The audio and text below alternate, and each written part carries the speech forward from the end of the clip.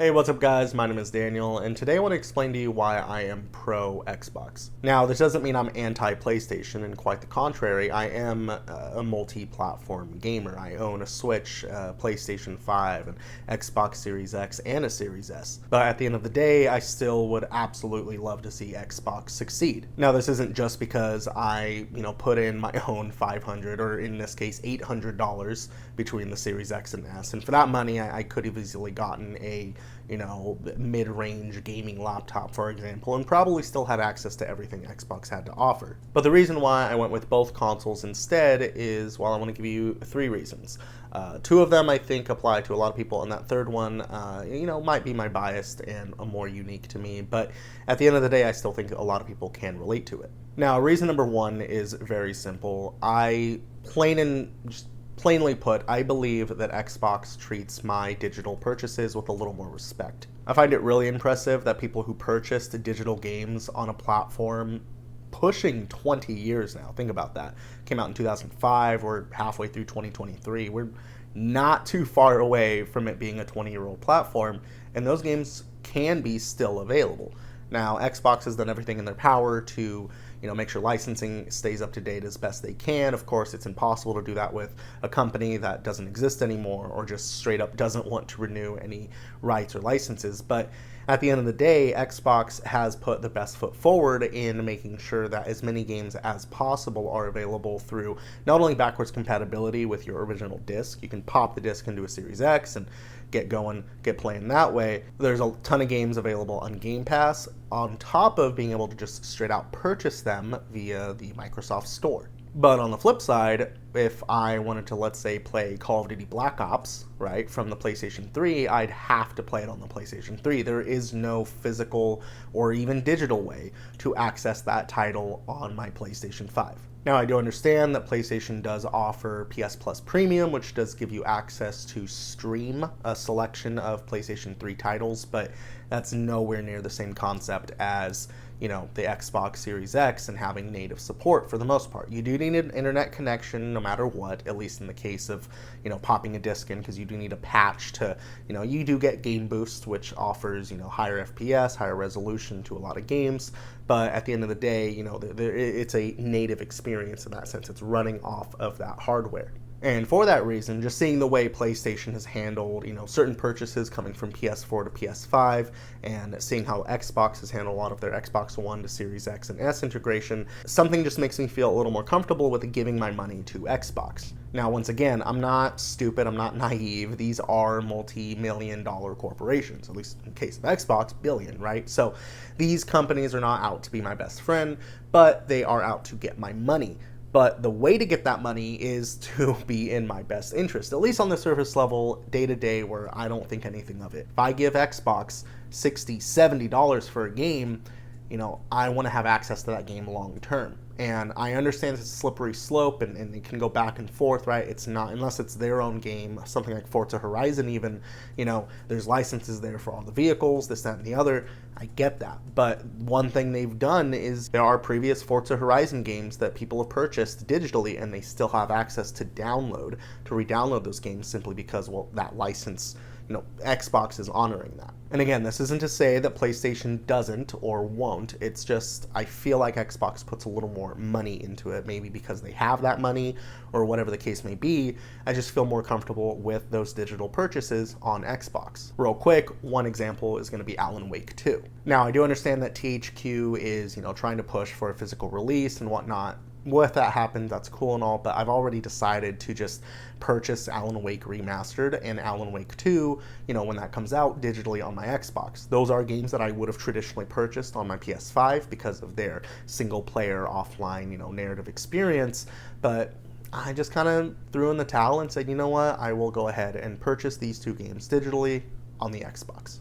Reason number two is, well, I think that I can discover more games on Xbox. What I mean by this is I feel like Xbox, and this may be a result, I'm going to just call myself out here immediately, that because Xbox has no games, that may be the reason why they are promoting more niche titles or indie developers. But I feel like just as a whole, there have been more games that I've come across, not only just on Game Pass, this could be a conversation for Game Pass all within itself, but I also want to point the importance of it on the Microsoft Store. Within my memory, I believe I have seen more promotion for smaller niche titles on the Microsoft Store than I ever have on PS Plus, especially for small indie developers. Now, if a game such as Shovel Knight or Cuphead, for example, right, small indie titles that kind of just blew up into the mainstream, those will obviously get pushed to the front. But I feel like Xbox does a good job compared to PlayStation, and maybe it's because PlayStation holds their, storefronts, right, just like in a real retail marketplace, to get your game up front and center on the PlayStation Store, at least on the homepage of whatever tab you're on. That may cost more money on PlayStation. I don't know. But all I do know is I enjoy, smaller niche experiences sometimes. I do enjoy big AAA titles 100%, but sometimes in between those titles, I want a small little bite-sized experience, right? A little 4 to 6 hour campaign of something, or maybe just something to spend some time on for that weekend while I take a break between something like God of War Ragnarok and Atomic Heart.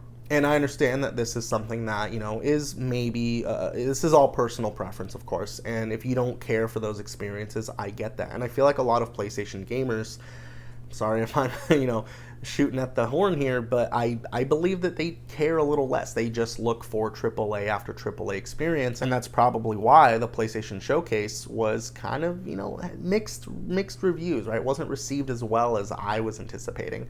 So, at the core of it, I just enjoy that. If you enjoy coming across games, kind of like on Steam, a lot of PC players say, Steam is really cool because there's a bunch of cheap games.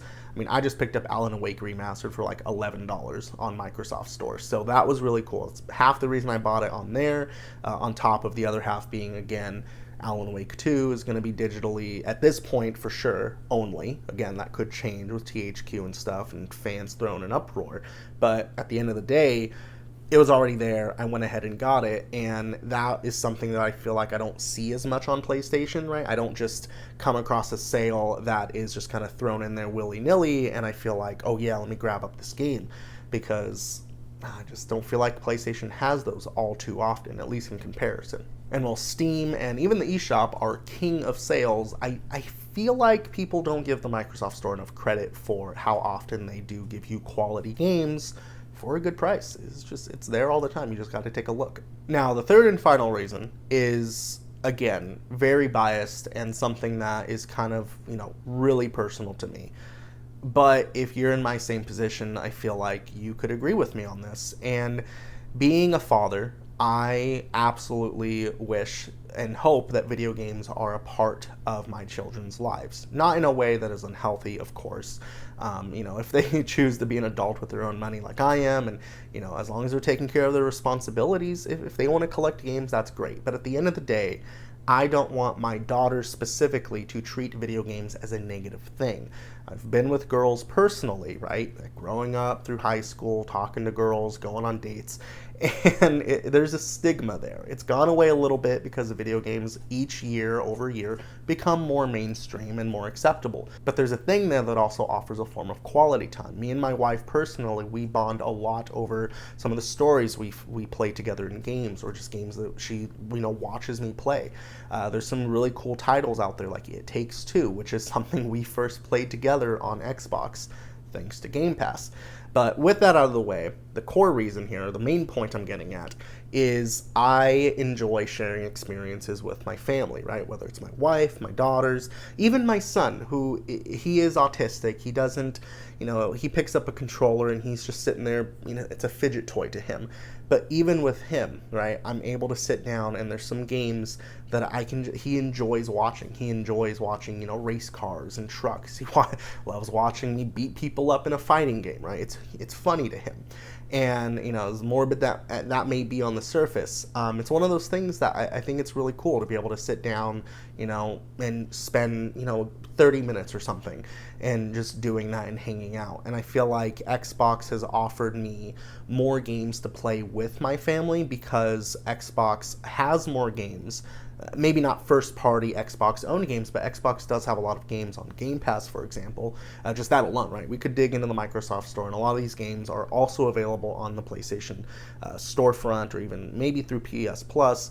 But games like Paw Patrol, that is something that me and my daughters enjoy playing. So it's just really cool to have access to those kind of games. And, I don't feel like, and I feel like there's a lot of parents out there that may not feel like they have to go buy, a Nintendo Switch or something to have those kind of experiences, because as cool as the Switch is and as fun as the games are, their IPs just may not resonate within the family. Again, everything's personal, everything is different for each person, but I think the point I'm trying to make here is Game Pass has offered, or the Xbox ecosystem as a whole has offered, a good balance of having games to play for me and having games to play with my family.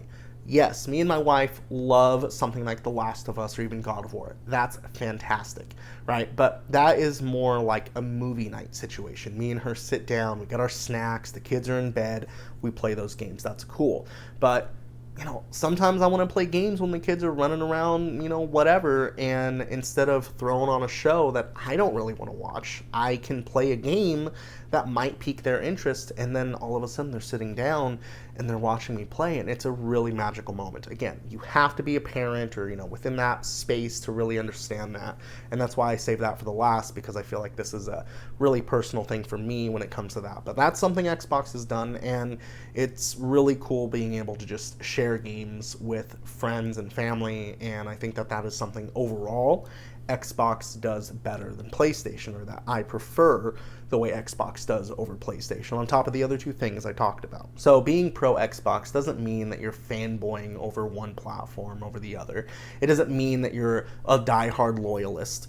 What it does mean is that you wish that platform to succeed. You spent money on that platform, right? You are invested financially, socially, potentially, right? You have invested money, and that term invested pisses a lot of people off, because for it to be an investment, there has to be some sort of give back on that, right? You have to receive something in interest, and to me that interest is just enjoyment, right? People say, oh, invest some time in yourself, and that time can be something as simple as a coffee break, during your busy work day, or it could be something like a video game console that you get to spend time with your friends and family with. Again, these are just my reasons, and I would be absolutely interested in hearing any of your reasons as to why you choose not necessarily just the Xbox platform, but any platform, right? Why are you on PC? Why are you on Switch? Whatever your choice is,